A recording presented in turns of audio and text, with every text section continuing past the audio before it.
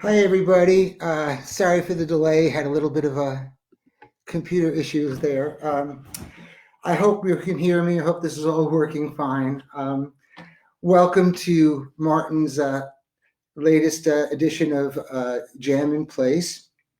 And my name is Elliot Easton. I play with a band called The Cars and also my new band, The Empty Hearts. And when Martin approached me to do one of these, I thought, what could I do? What would I have to offer that would be fun and kind of interesting? So I thought, not being a singer-songwriter per se, or wanting to necessarily do that, I thought it might be fun to kind of break down one of the car solos that been asked about a lot over the years, and so I thought I'd pull that apart, play it for you, and clear up maybe some questions you might have about it. So the song that I've chosen is My Best Friend's Girl, the solo and the main riff. The reason I chose that one is, well, first of all, it was a very popular song on the radio, so that even if you're not like a huge Cars fan or even bought the records, there's a good chance you've probably heard it several times and may be familiar with it. The other reason that I chose this one is because it was recorded with more or less a clean sound, and most of them are sort of wailing through huge amps and stuff like that. And I thought, well, what could I do on acoustic that would come off? And I thought that one would work well. So it's a very bendy solo. So with full disclosure, I put a little bit lighter plain G on there so I can do that. And it's a little tricky on acoustic guitar, but I think it works well. And the other thing that I've been asked, like almost since the song came out, is what key it's in. Oddly enough, you think that's a funny question, or it would be an obvious answer. The song was recorded in the key of E, and it's always been played in E. When we recorded the song, our producer, Roy Thomas Baker, being our first record and a little bit inexperienced, was always telling us we were playing everything too fast. And so we were really making an effort. He wanted this plod. He said, I want it nice and ploddy. So anyway, we cut Best Friend's Girl, and I guess it was just a little too slow. So we sped up the tape track to be a little bit faster in tempo. But of course, in those analog days of tape, if you sped up the tape, the pitch goes up too, unlike digital domain. So on the record, the song is somewhere between E and F, almost closer to F, but in actual fact, the song is in E and was recorded that way. And so if you're going to play along with the record, I would suggest just tuning your guitar up to the record so that you could play it in E, just tweak it up a little bit sharp on your guitar, and that'll work out fine. So, all right, so let's get into it a little bit. I'll play the solo for you, and then we'll pull it apart and talk about it, and then I'll do the same thing with the main riff that goes throughout the song and see where we go with that. Okay, so the solo goes something like this.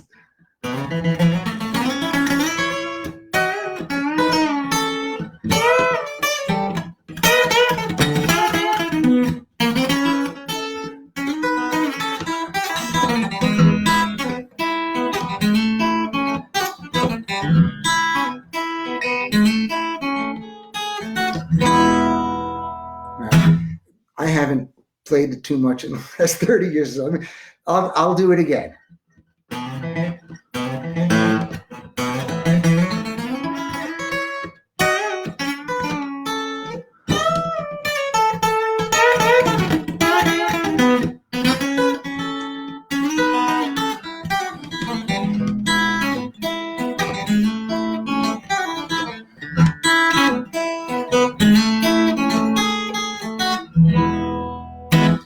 Okay, so that's basically the solo, essentially. So the chords of the song under the solo are basically going from A to B, back and forth.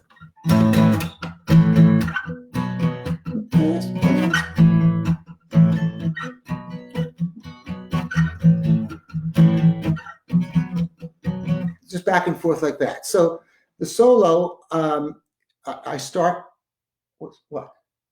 Already, how to get on. Is there a way? And the solo starts with an A, and so the first lick goes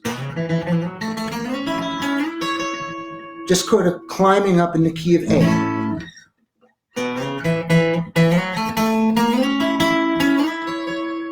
All right, and then it goes up to B, and I do sort of a little kind of pedal steel lick. A little hard on an acoustic guitar to go, but that's the idea, is like pedal steel.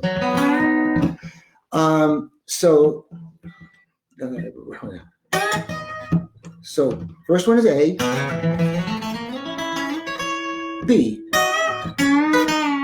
E7, A, right? That's all A tonality, up to B, little chicken picking lick. And then back to A, and B, back home. All right? So the thing of it is, and people comment on my solos, I don't know, they seem to enjoy them, or they seem different than some other rock soloists. And I've thought about this, and one thing I think that I do a little bit differently than some other guitar players in that field, if you give an average or rock guitar player a solo, a lot of players will just sort of wail in the key of the song. So if the song is in A, for the solo, they'll just sort of wail away in A, even though the chords are moving underneath them. They don't really change their modality. And I've always tried to sort of play through the changes the way a jazz player would, moving through the chords and playing off the scale tones of that chord. And I find that when you do that, it gives your solos a little bit more of a melodic contour, if that makes any sense. And it kind of takes you out of those pentatonic boxes and blues shapes that we all rely on, and sort of takes you someplace else. So let's do it again, all right? So from A to B. So A, B, A, B, A, B.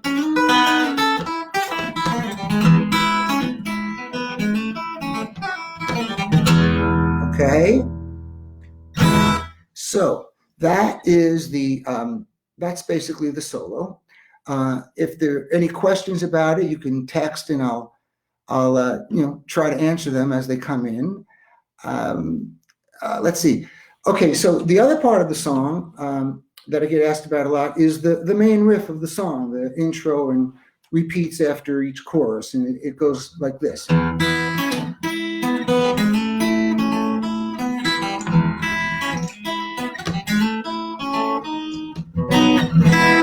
And the thing about that is that the chords are just going E, A, B, right?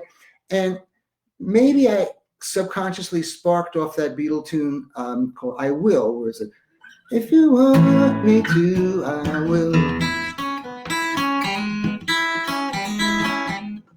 Right? And I guess, maybe subconsciously, of course, I'm a Beatle fan and everything. But anyway, I kind of juxtaposed it into this song.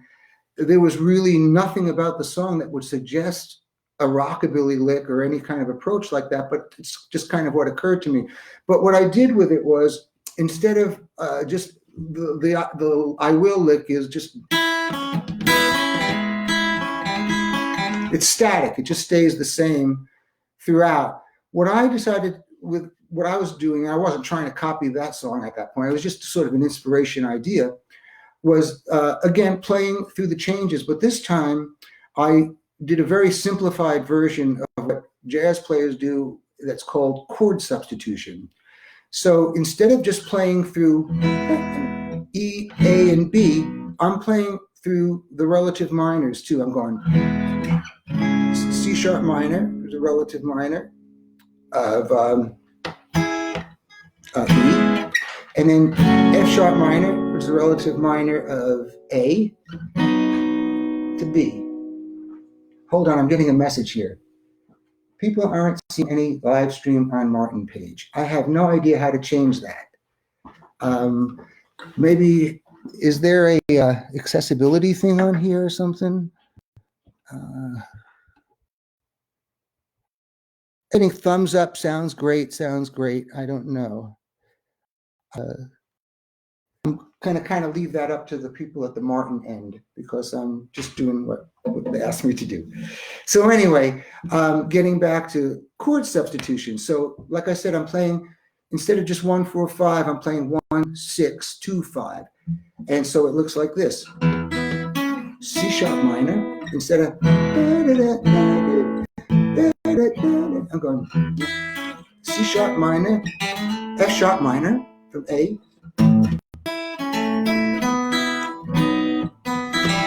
back home to E. E, C sharp minor, which is relative minor of E,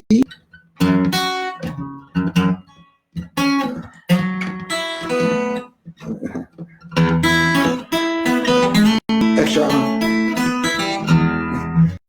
I have to play it like from the beginning, I forget the heck where I was.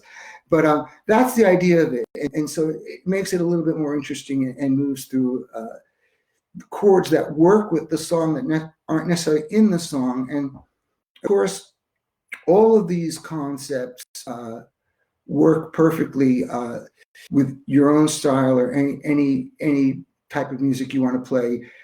Moving through the chords, each of us is just going to draw on our own sort of library of licks and riffs that we know, and it's the same for everybody. And I have a certain amount of country influence, and that comes through.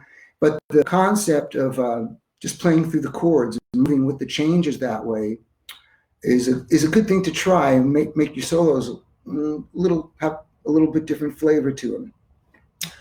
So, I know someone's going to ask me what kind of guitar I'm playing, so I'll talk a little bit about that. I'm playing my own signature model. Let's see, there you go. You can see. I don't know if you can see the label on the inside, but it's signed by C.F. Martin IV, Chris Martin, and myself. It was a limited edition. This happens to be number 24. I've got 3 of them. I have number 1 and number 4, I think, and 24. But anyway, what the guitar basically it's not in production anymore, but I wanted to give props to mahogany. I always loved D18s and 0018s and 18 style guitars. I love the sound of mahogany for recording with spruce top, and I wanted to dress up a mahogany back and side guitar the way Martin would put fancier appointments on their rosewood guitar. So essentially, this is more or less sort of a pre-war D28 style guitar with an Adirondack spruce top, gold open back Waverleys. I didn't go with a long saddle because but forward shifted braces and all like that. Full gloss on back and neck and everything, old style decal, all vintage specs. Only instead of rosewood, quilted mahogany. I don't know if you can see that, but it's really gorgeous. I don't know if you can catch the quilt in it. But anyway, it's a really pretty wood. And also, Dick Boak at the time, who was at Martin, my dear friend, suggested putting a herringbone rosette, like a 28 style of trim, which they had done on the Eric Clapton 00028, put herringbone around the sound hole in the rosette. So I decided that'd be a nice touch, and that's what this guitar is. It's my own model. It's a great guitar. I love it. I guess I'm not sure what else to say about it. Maybe I'll try playing the solo for you one more time. I don't know if somebody has any questions about it. If they'd like to text something in, I'll try to answer. But I'll take another crack at this thing on acoustic. It's a little tricky.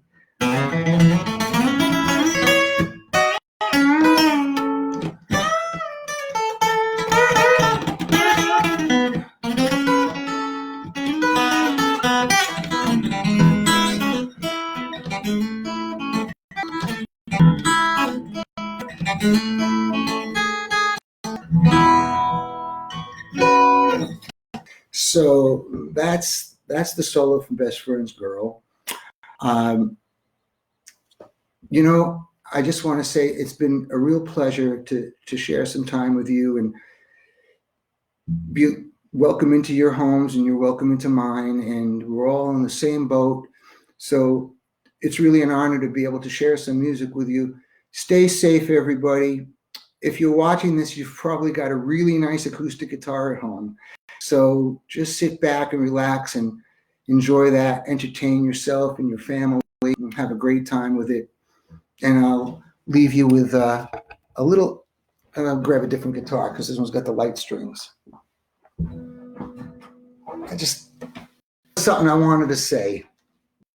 I'm going to paraphrase a Stone song, okay?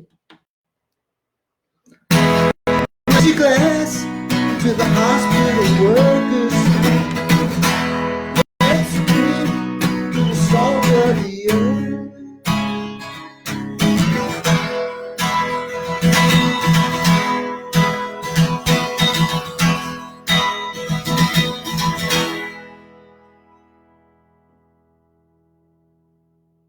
Be safe, everybody.